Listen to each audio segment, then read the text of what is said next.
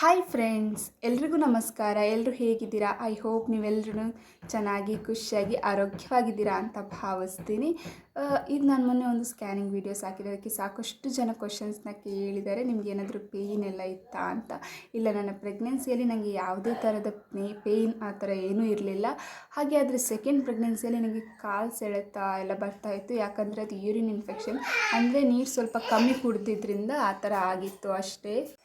ಹಾಗೆ ನನ್ನ ಪ್ರೆಗ್ನೆನ್ಸಿಯಲ್ಲಿ ಪೊಸಿಷನ್ ಬಗ್ಗೆ ಹೇಳೋದಾದರೆ ಫಸ್ಟ್ ಬೇಬಿಯಲ್ಲಿ ಪೋಸ್ಟೀರಿಯರ್ ಇತ್ತು ಆ್ಯಂಡ್ ಸೆಕೆಂಡ್ ಬೇಬಿಯಲ್ಲಿ ಆ್ಯಂಟೀರಿಯರ್ ಇತ್ತು. ಹಾಗೆ ಹಾರ್ಟ್ ಬೀಟ್ ಬಗ್ಗೆ ಹೇಳೋದಾದರೆ ಫಸ್ಟ್ ಬೇಬಿಯಲ್ಲಿ ಫಸ್ಟಿಗೆ 132 ಇಂದ ಲಾಸ್ಟ್ 9 ಮಂತಲ್ಲಿ 170ವರೆಗೂ ಹಾರ್ಟ್ ಬೀಟ್ ಇತ್ತು ಅಂತಲೇ ಹೇಳ್ಬೋದು.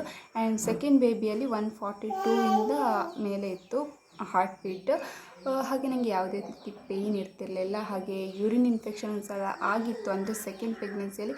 ಯಾಕಂದರೆ ಅದು ಸ್ವಲ್ಪ ಕಮ್ಮಿ ಕುಡ್ದಿದ್ರಿಂದ ಆ ಪ್ರಾಬ್ಲಮ್ ಆಗಿತ್ತು. ಯೂರಿನ್ ಇನ್ಫೆಕ್ಷನ್ ಆಗಿದ್ದರೆ ನಿಮಗೆ ಕಾಲು ಸೆಳೆತ ಆ ಥರ ಎಲ್ಲ ಬರುತ್ತೆ. ಹಾಗೆ ಇನ್ನೊಬ್ಬರು ಕೇಳಿದರು, ನಿಮಗೇನಾದರೂ ನೀವು ಯಾವ ಸೈಡ್ ಮಲಗ್ತಿದ್ರಿ ಅಂತ. ಅಂದರೆ ನನಗೆ ಯಾವ ಸೈಡ್ ಕಂಫರ್ಟೇಬಲ್ ಅನಿಸ್ತಿತ್ತು ಆ ಸೈಡ್ ಮಲಗ್ತಿದ್ದೆ. ಅಂದರೆ ಒಂದು ಸೈಡ್ ಬಲಕ್ಕೆ ತಿರುಗುತ್ತಿದ್ದೆ, ಒಂದು ಸಲ ಎಡಕ್ಕೆ. ಅಂದರೆ ಮಿಡ್ಲಲ್ಲಿ ನಾನು ಪಿಲ್ಲೋನ ಇಟ್ಕೊಂಡು ಮಲಗ್ತಿದ್ದೆ.